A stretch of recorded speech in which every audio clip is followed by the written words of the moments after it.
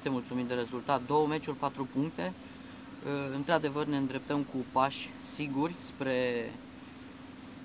spre ceea ce ne dorim. Într-adevăr băieții au demonstrat și astăzi, dar și duminică, că într-adevăr își doresc cu abdoare și cu multă muncă. Cred că reușim ca și Sibiu să rămână în Liga 1.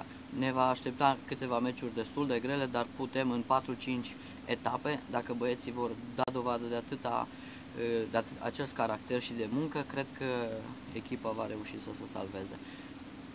Ce să pot să spun de meciul ăsta? Un meci foarte greu, dar s-a văzut ambiția și dorința. Ce înseamnă să fie o presiune mare pe jucători? Cred că presiunea a fost un pic mai mare pe cei de la Târgu Mureș. Îmi pare rău de ei, dar nu avem ce să facem. Fiecare muncește ca să se salveze. Eu cred că dacă și publicul sibian va umple stadionul și sâmbătă avem nevoie de ei, cred că Sibiu poate încet să își consolideze poziția pe care o avem. Nu îmi doresc mai mult decât să ne salvăm de la retrogradare și Sibiu să facă în așa fel încât să rămână acolo. Și cred că în continuare, după aceea putem să mai întărim, putem să mai aducem niște oameni lângă echipă care să facă în așa fel încât băieții să simtă mult mai mult. Având în vedere că pe finalul jocului, cel puțin în ultimele 30 de minute, când zăpada ne-a jucat ambelor echipe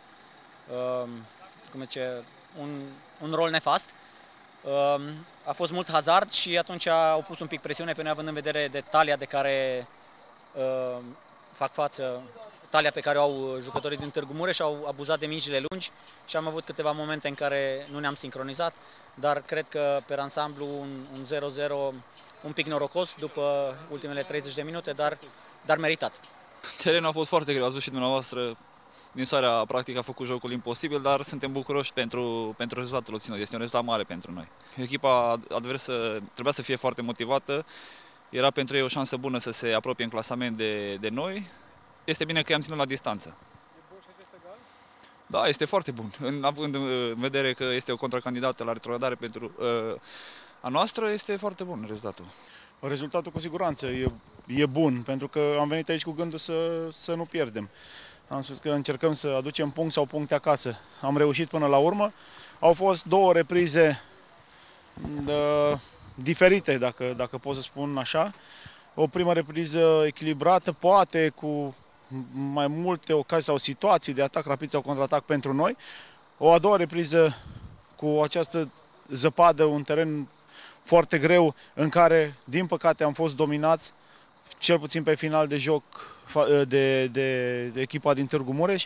Ne bucură faptul că am reușit să rezistăm până la final și să scoatem un punct. Am avut și șansă la câteva situații ale lor foarte mari de a marca, dar la fel de bine puteam să marcăm și noi la 0-0 prin acea ocazie monumentală a lui Darko.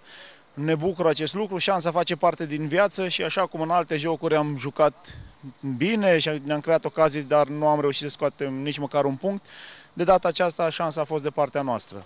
Trebuie să rămânem modești, să ne vedem de drum în continuare și să continuăm pe acest drum. Urmează un meci foarte greu, e derbiul județului Sibiu, pe care ne dorim să-l câștigăm și să o ținem tot așa, să ne îndepărtăm de zona aceasta periculoasă. Doresc să felicit echipa pentru dăruirea din această seară.